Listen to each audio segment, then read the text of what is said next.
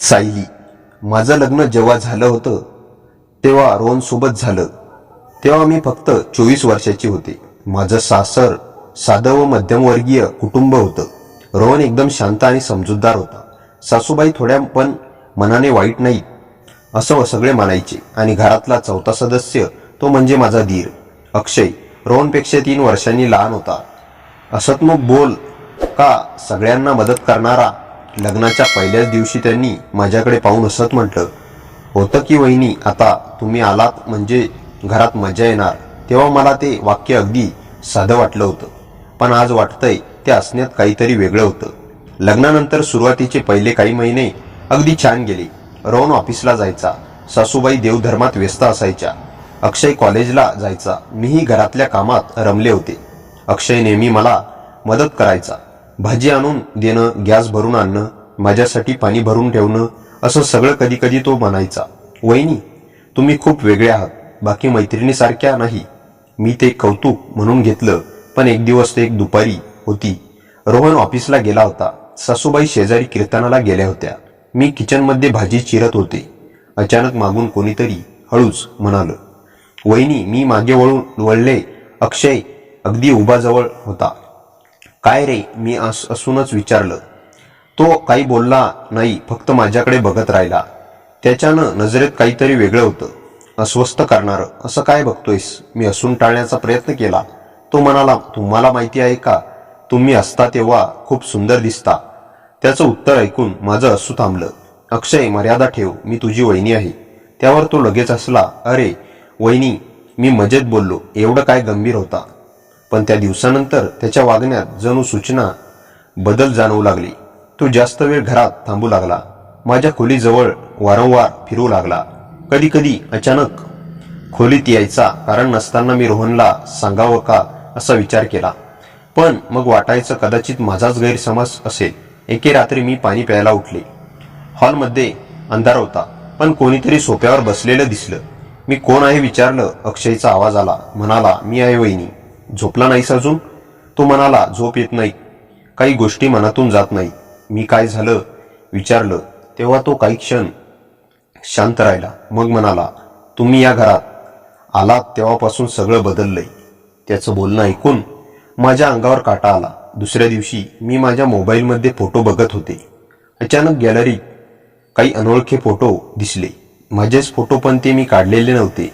मी कपडे वाळत घालताना, मी अंगणात बसलेली, मी किचनमध्ये काम करताना, असे ते फोटो होते. हे फोटो कोणी काढले? माझे हात थरथरू लागले होते. मी लगेच अक्षयच्या रूममध्ये गेले. तो बेडवर मोबाईल पाहत बसला होता. मी त्याला विचारलं की हे फोटो तू काढलेस? मी नेहमी मोबाईल त्याच्या समोर धरला. तो 2 सेकंद शांत राहिला, मग हसला. म्हणाला, वहिनी, तुम्ही इतक्या सुंदर दिसत होता म्हणून काढलेलं. त्यावर मी रागावले. म्हणाले, तू वेडा आहेस का? लगेच डिलीट करते. तो म्हणाला, डिलीट करेन, पण तुम्ही रागवू नका. त्या क्षणी मला पहिल्यांदा खरी भीती वाटली. त्या रात्री मी रोहनला सगळं सांगायचं ठरवलं, पण घरी आल्यावर तो खूप थकलेला दिसत होता म्हणून मी गप्प राहिले. पण दुसऱ्या दिवशी सकाळी घरात आला. सासूबाईंनी अचानक माझ्यावर आरोप केला. त्या म्हणाल्या, तू अक्षयला जास्त जवळीक दाखवतेस. त्याचे शब्द ऐकून माझ्या पायाखालची जमीन सरकली. मी थिजले. त्या असं का बोलत होत्या? तेव्हा अक्षय शांत उभा होता. त्याच्या चेहऱ्यावर अपराधी पण नव्हतं, तर एक विचित्र समाधान होतं. तो म्हणाला, आई, मी काय वहिनीशी जास्त बोलत नाही, पण वहिनी कधी कधी जरा जास्तच फ्रेंडली होतात. त्याचं बोलणं ऐकून मला पुन्हा धक्का बसला. हे काय चाललंय? मला काही कळत नव्हतं. रोहिणी गोंधळला. तो म्हणाला, सायली, खरं सांग, काही आहे का तुझ्या मनात? नवऱ्याच्या त्या प्रश्नाने माझं हृदय तुटलं. मी रडत सगळं सांगितलं. फोटो दाखवले. ते पाहून रोहन अक्षयवर ओरडला, पण अक्षयने उलट आरोप केला. म्हणाला, प्लीज मला मेसेज करते. आणि त्याने त्याचा मोबाईल दाखवला. त्या मोबाईलमध्ये माझ्या नावाने पाठवलेले मेसेज होते. मला तुझ्याशी बोलायचं आहे, रोहनला काही सांगू नकोस, असे मेसेज होते. ते मी कधीच पाठवले नव्हते. पुढे 2 दिवसांनी मला कळलं, अक्षयने माझा जुना मोबाईल हॅक केला होता. त्याने माझ्या सिमवरून डुप्लिकेट सिम काढलं होतं आणि माझ्या नावाने फेक मेसेज पाठवले होते. पण मी हे सिद्ध कसं करणार? घरात सगळेच माझ्यावर संशय घेत होते. मी एकटी पडत चालले होते, पण मी गप्प बसले नाही. मी सगळे पुरावे जमा केले. सिम कंपनीकडून डिटेल्स काढले. अक्षयच्या लॅपटॉपमध्ये जाऊन स्क्रीनशॉट काढले आणि एका दिवशी ते सगळ्यांसमोर ठेवले. रोहन तिसला सासूबाई रडायला लागल्या. अक्षय पहिल्यांदा घाबरलेला दिसला. तो ओरडला, म्हणाला, मी तिच्यावर प्रेम करतो, ती माझी आहे. या वाक्याने सगळं संपलं. त्या रात्री अक्षयने स्वतःला इजा पोहोचवण्याचा प्रयत्न केला आणि त्यानंतर त्याला मानसिक उपचारासाठी पाठवण्यात आलं. पण अजून माझ्या मागचा पाठलाग संपला नव्हता, कारण अक्षय लवकरच उपचार पूर्ण करून घरी येणार होता आणि त्यानंतर माझं आयुष्य पालटणार होतं. त्या सगळ्या प्रकारानंतरही रोहनचा माझ्यावर विश्वास होता. पण एक प्रश्न अजूनही मला त्रास देत होता की जर मी पहिल्याच दिवशी आवाज उठवला असता तर हे सगळं टळलं असतं का? आता मागच्या गोष्टीचा विचार करायला नको. अक्षयच्या लॅपटॉपमध्ये सापडलेल्या फोल्डरमध्ये फक्त माझेच नाही तर आधीच्या 2 वहिनींचे फोटो होते. ते जेव्हा मी पाहिले तेव्हा माझ्या पायाखालची जमीनच सरकली होती, कारण माझ्या आधीही 2 मुली त्या घरात सून म्हणून आल्या होत्या आणि दोघीही काही महिन्यानंतर घर सोडून गेल्या होत्या. त्याचं कारण कोणालाच माहीत नव्हतं. पण आता मला लक्षात येत होतं, मी त्या घरातील पहिली सून नव्हते. माझं डोकं आता काम करत नव्हतं. पहिल्या मुलींनाही अक्षरसारखंच त्रास झाला असेल का? त्याच्यामुळे त्याच्या वहिनीने घर सोडलं असेल का? मला तर काही समजत नव्हतं. मी रोहनकडे काही बोलले नव्हते, कारण आता तर माझं लग्न त्याच्याशी झालं होतं, म्हणून त्याच्या भूतकाळाबद्दल बोलण्यात काही अर्थ नव्हता. ज्या दिवशी अक्षयला मानसिक उपचारासाठी पाठवलं त्या दिवशी मला वाटलं होतं की सगळं संपलं, पण खरं तर ती फक्त सुरुवात होती. त्या दिवसानंतर घरात शांतता होती, पण ती शांतता नैसर्गिक नव्हती, ती दडपणाची होती. रोहन माझ्याशी प्रेमाने वागत होता. सासूबाई जरा गप्प झाल्या होत्या. घरात अक्षयचं नावही कोणी काढत नव्हतं. पण एक गोष्ट मला सतत अस्वस्थ करत होती. अक्षयच्या लॅपटॉपमध्ये सापडलेला तो फोल्डर, त्या फोल्डरमध्ये माझे फोटो होते. फक्त माझेच नाही, त्या 2 वेगळ्या मुलींचेही फोटो होते. फोल्डरची नावे होती फेज 1, फेज 2 आणि फेज 3. मी फेज 3 होते आणि त्या 2 मुली कोण होत्या हे मी सासूबाईंना विचारलं तर त्यांनी विषय टाळला. पण मी थांबले नाही. मी शेजारच्या काकूंना विचारलं. तेव्हा मला कळलं, रोहनचं आधी एक लग्न ठरलं होतं. मुलगी घरात काही महिने राहिली होती आणि अचानक निघून गेले. लोक म्हणायचे त्यांचा ताप आपापसात जुळलं नाही, दुसरं लग्न तेही तुटलं. हे सगळं योगायोग होतं का? एका संध्याकाळी माझ्या मोबाईलवर अनोळखी नंबरवरून कॉल आला. मी फोन उचलला. समोरून शांत आवाज आला, मी नेहा. कोण नेहा? रोहनची पहिली होणारी बायको. तोच आवाज, ते शब्द ऐकून माझा श्वास अडखडला. नेहा म्हणाली, तुझ्यासोबत जे झालं ते माझ्यासोबतही झालं होतं. ती पुढे म्हणाली, सुरुवातीला सगळं नॉर्मल होतं, मग अक्षय जास्त जवळीक दाखवू लागला. मी विरोध केला. मग अचानक माझ्यावर आरोप सुरू झाले होते. ती म्हणाली, मी आवाज उठवला नाही कारण मला वाटलं माझ्यावरच दोषी. मी तिथून निघून गेले कारण माझ्याकडे पुरावे नव्हते. नेहाचं बोलणं ऐकून मी अजून गोंधळले. माझ्यासमोर प्रश्न उभा राहिला, अक्षय एकटाच दोषी होता की कोणीतरी त्याला साथ देत होतं? मी त्या रात्री बराच विचार केला. फेज 1, फेज 2, फेज 3 फक्त आकर्षण नव्हतं, हा एक पॅटर्न होता. दुसऱ्या दिवशी मी सासूबाईच्या कपाटात काही कागद शोधत होते तेव्हा मला एक डायरी सापडली. ती अक्षयची नव्हती, ती सासूबाईची होती. डायरीत लिहिलं होतं, रोहनचं लग्न टिकायला हवं. अक्षयला कंट्रोल करणं अवघड आहे, पण घराची आबरू जपायला हवी. ते वाचून माझ्या हातून डायरी पडली. म्हणजे सासूबाईंना सगळं माहिती होतं. ती डायरी वाचल्यानंतर मी सासूबाईंना सरळ विचारलं. त्या रडायला लागल्या. म्हणाल्या, हो मला माहिती होतं, पण मी एक आई आहे. मी माझ्या मुलाला पोलिसात देऊ शकत नव्हते. मी म्हणाले, सासूबाई मग माझं काय? माझ्या प्रश्नावर त्या काही बोलल्या नाही. त्या क्षणी मला जाणवलं की मी फक्त एक व्यक्ती नव्हते, मी त्या घरात प्रतिमेचा भाग होते. सासूबाईंना त्यांची प्रतिमा जपायची होती, पण मुलाला आवर घालता येत नव्हता. पुढे काही महिन्यांनी अक्षय उपचारातून परत आला. तो शांत दिसत होता. एक दिवस मला पाहून तो फक्त एवढंच म्हणाला, तुम्ही जिंकलात असं वाटतंय ना, पण खरी गोष्ट अजून कोणालाच माहिती नाही. काय गोष्ट? तो हसला. पुढे म्हणाला, फेज 0. फेज 0 म्हणजे काय? त्या रात्री मी पुन्हा लॅपटॉप उघडला. हिडन फाईल्समध्ये एक फोल्डर होता, फेज 0. त्यात फोटो नव्हते, त्यात एक ऑडिओ फाईल होती. मी ती प्ले केली आणि त्यात रोहनचा आवाज आला. त्या रात्री जेव्हा मी फेज 0 नावाचा फोल्डर उघडला तेव्हा माझे हात अक्षरशः थरथरत होते. लॅपटॉपच्या स्क्रीनवर एकच ऑडिओ फाईल होती. ऑडिओमध्ये रोहन बोलत होता, अक्षय यावेळी चूक होऊ देऊ नकोस. तो आवाज रोहनचाच होता, माझ्या नवऱ्याचा. ते ऐकून माझ्या डोळ्यातून अश्रू वाहत होते. ऑडिओ पुढे चालूच की मी मागच्या 2 वेळेचं सगळं हाताबाहेर गेलं. आईला खूप त्रास झाला. यावेळी सायलीला इतकं गोंधळलं की तिला स्वतःच दोषी वाटले. ते ऐकून तर माझ्या डोळ्यासमोर अंधार पसरला. म्हणजे अक्षय स्वतःच्या मनाने माझ्याशी तसं वागत नव्हता, त्याच्या मागे माझा नवराही होता. अचानक सगळ्या गोष्टी जोडायला लागल्या. फेज 1 पहिली मुलगी, फेज 2 दुसरी, आणि फेज 3 म्हणजे मी, आणि फेज 0 म्हणजे रोहन. तो सुरुवातीपासूनच सगळं जाणत होता. मी ऑडिओ बंद केला तेव्हा माझे हृदय धडधडत होते. मला माझ्या लग्नाचा प्रत्येक क्षण आता खोटा वाटत होता. लग्नानंतर पहिल्या महिन्यात रोहनने मला एकदा विचारलं होतं, सायली तुला अक्षयबद्दल काही विचित्र वाटतं का? मी हसून म्हणाले, होते नाही रे. तो मला म्हणाला, होता तो थोडा वेगळा आहे, पण आपण त्याला समजून घ्यायला हवं. रात्री मी त्या अंधाऱ्या खोलीत बसून होतो. त्या ऑडिओने माझ्या आत काहीतरी तुटलं होतं. रोहन आणि अक्षय दोघेही माझ्या आयुष्याचे 2 टोक नव्हते, तर एका दोरीचे 2 धागे होते. ती दोरी माझ्या हळूहळू गळ्याभोवती घट्ट होत चालली होती. मी हळूच दरवाजाकडे पाहिलं. बाहेर दाराच्या फटीतून प्रकाश पडत होता. घर शांत होतं, पण त्या शांततेला एक वेगळाच आवाज होता. जणू कोणी काळोखात दबा धरून उभं होतं. मी लॅपटॉप बंद केला, पण त्या ऑडिओचे शब्द माझ्या कानात घुमतच होते. यावेळी चूक होऊ देऊ नकोस. सायलीला इतकं गोंधळलं की तिला स्वतःच दोषी वाटेल. मला जाणवलं मी या घरात सून म्हणून आले नव्हते. मी एखाद्या खेळात पैद्यासारखी वापरली जात होते. पुढच्या दिवशी सकाळी रोहन नेहमीप्रमाणे माझ्यासमोर आला. जणू काही घडलंच नव्हतं. सायली, तू ठीक आहेस ना? कालपासून तुझं काहीतरी बरोबर नाही वाटत. याचा आवाज तसाच मऊ, तसाच काळजीचा, पण आता मला माहीत होतं त्या आवाजाच्या मागे काय दडलेलं आहे. मी उठून फक्त एवढंच म्हणाले, हो ठीक आहे, आणि किचनमध्ये गेले. माझ्या अंगावर रोमांच उठले होते, कारण मी किचनमध्ये आत जात असतानाच्या रोहनच्या चेहऱ्यावर मला विजयी हास्याची एक क्षणभर झलक दिसली होती. जणू त्याला खात्री होती की मी अजूनही काही जाणत नाही. तो खेळ जिंकत आहे. पण त्या क्षणी मी ठरवलं होतं की आता मी शांत बसणार नव्हते. पुढील 2 दिवस मी काहीच दाखवलं नाही. नेहमीप्रमाणे वागले, कारण मला अजून सगळे पुरावे हवेत. फक्त ऑडिओ पुरेसा नव्हता. मला फेज 0चा पूर्ण अर्थ समजून घ्यायचा होता. एका रात्री जेव्हा सगळे झोपले होते तेव्हा मी अक्षयच्या रूममध्ये गेले. दार उघडं होतं. आत मंद प्रकाश पडत होता. अक्षय खिडकीजवळ बसला होता. त्याने माझ्याकडे पाहिलं आणि हलकं हसत म्हणाला, शोध सुरू केलास ना वहिनी? त्याचा तो हसू मला अंगावर काटा आणणारा होतं.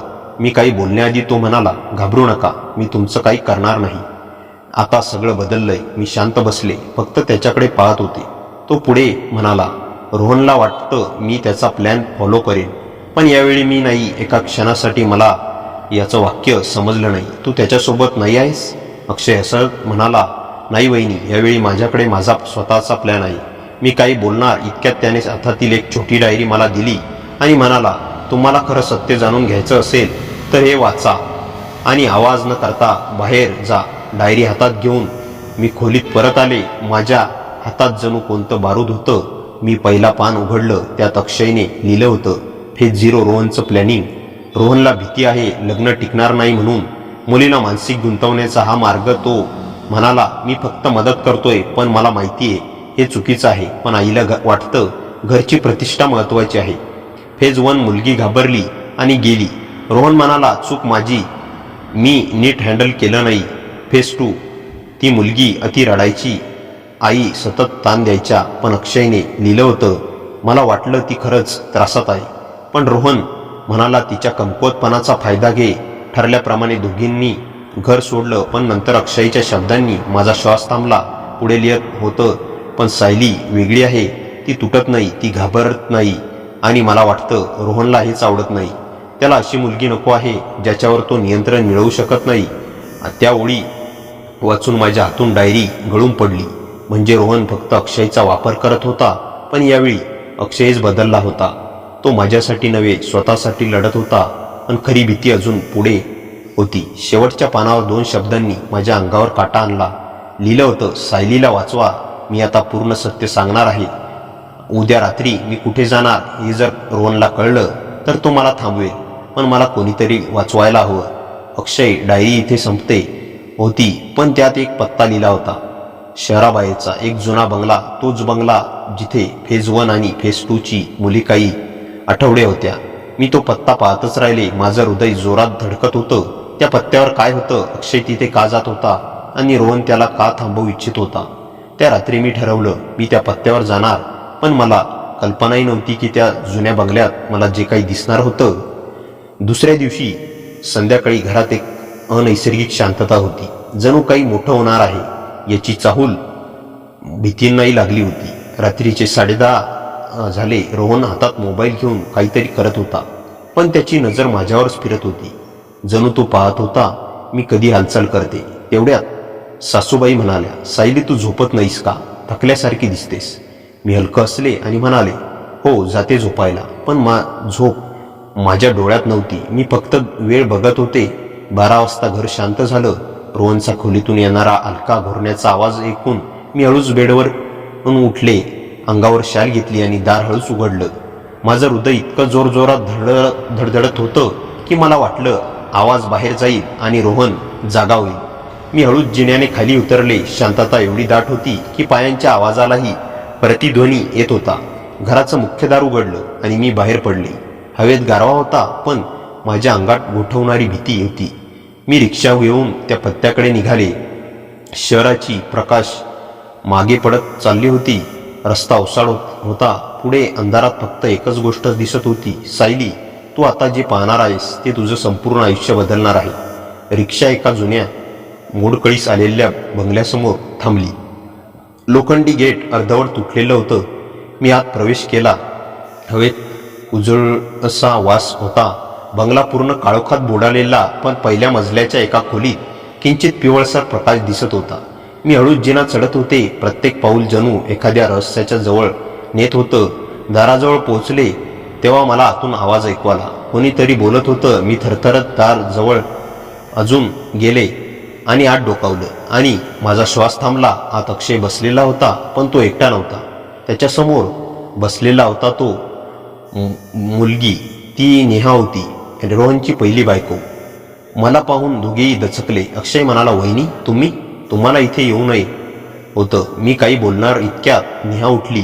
तिच्या डोळ्यात भीती नव्हती, तर एक विचित्र निर्धार होता. ती म्हणाली, तुला खरं माहिती असायला हवं म्हणून मी अक्षयला इथं बोलावलं. काय खरं? मी हादरून विचारलं. नेहाने खिडकीकडे पाहिलं आणि शांत आवाजात म्हणाली, सायली तुझ्यासोबत चाललेलं सगळं फक्त खेळ नाही आहे. ही तयारी आहे एका मोठ्या गोष्टीची. मी गोंधळून तिच्याकडे पाहिलं. कोणती तयारी? कोणाचा प्लॅन? तेवढ्यात अक्षय घाईने म्हणाला, वहिनी आपण इथून लगेच निघूया. रोहनला कळलं की आपण इथे आहोत तर, पण त्याचं वाक्य संपायच्या आत बंगल्याबाहेर कुणाच्या तरी बुटांचा आवाज घुमला. ठक ठक ठक. माझ्या आणि अक्षयच्या चेहऱ्यावर भीती पसरली. नेहाने मागे सरकून खिडकीच्या पडद्याआडून बाहेर पाहिलं आणि तिचे हात थरथरले.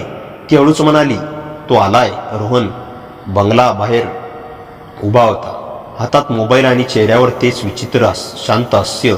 जणू त्याला माहिती होतं आपण तिघेही इथेच आहोत.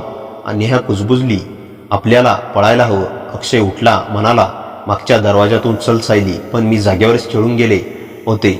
माझ्या आयुष्यात सर्वात मोठा प्रश्न माझ्या डोक्यात घुमत होता. नेहा थरथरत म्हणाली, सायली रोहनला फक्त लग्न टिकवायचं नसतं, त्याला नियंत्रण हवं असतं आणि त्यांना तो नियंत्रित करू शकत नाही. त्यांना तो. तिचं वाक्य अर्धवट थांबलं कारण बंगल्याच्या आत रोहनचा आवाज घुमत शांत, स्थिर आणि थंड, सायली बाहेर ये, चला आता हा खेळ संपवूया. त्या क्षणी मला जाणवलं की माझ्यासमोरून पळून जाण्याचा मार्ग होता, पण मागे वळून पाहण्याची किंमत होती. रोहनचा आवाज बंगल्यात घुमला, सायली बाहेर ये, चल आता हा खेळ संपवूया. माझ्या अंगावर शहारा आला. अक्षयने माझा हात पकडला, वहिनी पळूया नाहीतर उशीर होईल. पण मी हळूच शकले नव्हते. माझ्या सगळ्या भीती एका क्षणी गोठून बसल्या होत्या. आम्ही मागच्या दरवाजाकडे धावू लागलो, पण बाहेर पावले ऐकू येत होती. कोणीतरी आधीच मार्ग अडवला होता. नेहा कुजबुजली, तो एकटाच नाही. अक्षय थरथरला, रोहनने लोकांना आणलंय, तो आपल्याला जाऊ देणार नाही. मी पाय मागे घेतले तेव्हा मुख्य दरवाजाची कडी हल्ली आणि दार हळूच उघडलं. रोहन आत आला. त्याच्या हातात काही नव्हतं, पण त्याच्या डोळ्यात जे होतं ते त्याहून घातक होतं. त्याने मला पाहिलं आणि हलकसं हसत म्हणाला, सायली तुला वाटतं मला काही माहिती नाही. तू इथे येशील हे मला आधीपासून माहीत होतं. मी स्तब्ध झाले. तो पुढे म्हणाला, फेज 0चा अर्थ तू चुकीचा काढलास. सायली, फेज 0 म्हणजे शेवटची लेवल जिच्यापर्यंत तू आलीस. तेव्हा अक्षय पुढे आला. नको रोहन, आता पुरे झालं. रोहनने त्याच्याकडे वळून पाहिलं. त्याच्या चेहऱ्यावर तुच्छतेने हास्य होतं. तू तू माझ्या विरोधात उभा राहणार? लक्षात ठेव अक्षय, तू माझ्यासारखा नाहीस. तू माझ्या प्लॅनचा एक छोटा भाग आहेस. अक्षयचा चेहरा रागाने लाल झाला. तो ओरडला, मी तुझा खेळ संपवायला आलोय. मग काय होतं माहितीये? रोहन शांतपणे म्हणाला, तू प्रयत्न केलास आणि नेहमीप्रमाणे अपयशी झालास. रोहन माझ्या दिशेने चालत आला. मी मागे सरकलो, पण भिंत लागली. त्याने माझ्या चेहऱ्याजवळ हात ठेवला, इतक्या जवळ की त्याचा श्वास मला जाणवत होता. त्याचा आवाज इतका शांत होता की त्यातल्या वेडेपणा आणखी स्पष्ट दिसत होता. सायली, तुला खरंच वाटतं मी तुला जाऊ देईन? तू या घरासाठी परफेक्ट आहेस, मजबूत विचारांची आणि तुटणारी नाहीस. तू पळून गेलीस तरी मी दुसरी आणीन, पण तू राहिलीस तर माझा खेळ पूर्ण होईल. मी थरथरत विचारलं, माझ्याबरोबर नक्की करायचं काय आहे? त्या प्रश्नावर तो मंद असला. त्याच्या डोळ्यात एक सावली हलली. जणू तू वेडाच. अंधार, मी फक्त इतकंच करतो की ज्यांना नियंत्रित करता येत नाही त्यांना मी अशा स्थितीत आणतो की त्यांच्या स्वतःच्या आयुष्याबद्दलच शंका निर्माण होते. तू माझ्या प्लॅनला ओळखणे इतकी स्मार्ट आहेस, पण त्यातून सुटणे इतकी नाही. तेवढ्यात अक्षय मोठ्या आवाजात ओरडला, वहिनी खाली बसा. मी सहज खाली बसले आणि अक्षयने टेबलावरच जड दिवा रोहनकडे जोरात फेकला. दिवा रोहनच्या खांद्याला लागला. रोहन मागे सरकला. अक्षयने नेहाचा हात पकडला आणि ओरडला, सायली धाव, तू थांबलीस तर आपलं सगळंच संपेल. आम्ही पळायला लागलो. मागून रोहनचा संतप्त आणि वेडसर आवाज घुमला, सायली, तू मला हरवू शकत नाहीस. मी तुला शोधून काढेन. आम्ही बंगल्याबाहेर धावत आलो. रात्र काळोखात बुडालेली, पण बाहेरील हवा जिवंत वाटत होती. आम्ही रस्त्यावर आलो तेव्हा अक्षय थांबला. त्याचा श्वास जोरात चालू होता. तो म्हणाला, वहिनी तुम्ही दोघे पळा, रोहन माझ्या मागे येईल. नेहा घाबरली, नाही तू एकटा जाऊ नकोस. अक्षयने हलकं हसून म्हटलं, मी यावेळी पळणार नाही, मी हे संपवणार आहे. आणि फिरून तो परत बंगल्यावर धावला. नेहा ओरडली, अक्षय नाही, पण तो आत गायब झाला. त्याच्या मागे दार बंद झालं. मी आणि नेहा रस्त्यावर उभा राहून थरथरत होतो. अचानक आतून मोठा आवाज आला, काचा फुटल्याचा, किंकाळीचा, नंतर काहीच नाही. मृत शांतता. पोलीस काही मिनिटात पोहोचले. नेहाने त्यांना सगळं सांगितलं. त्यांनी आत जाऊन पाहिलं, पण जे बाहेर आले त्यांच्या चेहऱ्यावर गोंधळ होता. बंगला रिकामा होता. आत कुणीच नव्हतं, ना रोहन, ना अक्षय, ना तिसरा कुणी. फक्त तुटलेलं फर्निचर आणि जमिनीवर विखुरलेले फोटो. Phase 1, phase 2, phase 3. कुणाला समजलं नक्की आत काय घडलं. पण एक गोष्ट मात्र खरी होती, त्या रात्रीनंतर रोहन कधीच परत दिसला नाही. अक्षयही नाही. दोघे जणू हवेत विरून गेले. काही महिन्यांनी मी घर बदललं, नोकरी सुरू केली, नवीन आयुष्याचा प्रयत्न केला. पण काही रात्री मला अजूनही एकच आवाज ऐकू येतो, शांत स्मित असलेला रोहनचा आवाज, सायली हा खेळ कधीच संपत नाही. आणि त्या रात्री माझ्या गेटवर टांगलेली एक छोटी चिठ्ठी पाहून माझे हात थरथरले. त्यावर फक्त 2 शब्द लिहिले होते, फेज 4. मित्रांनो, कथा कशी वाटली कमेंटमध्ये नक्की सांगा. कथेला जास्तीत जास्त लाईक करा आणि हाईप करा. हाईप या बटनावर क्लिक करायला विसरू नका आणि आपल्या मित्रमैत्रिणींमध्ये शेअर करा. आणि हो, चॅनलवर नवीन असाल तर चॅनलला सबस्क्राईब करायला विसरू नका. भेटूया पुन्हा अशाच इंटरेस्टिंग आणि धमाकेदार कथेसह.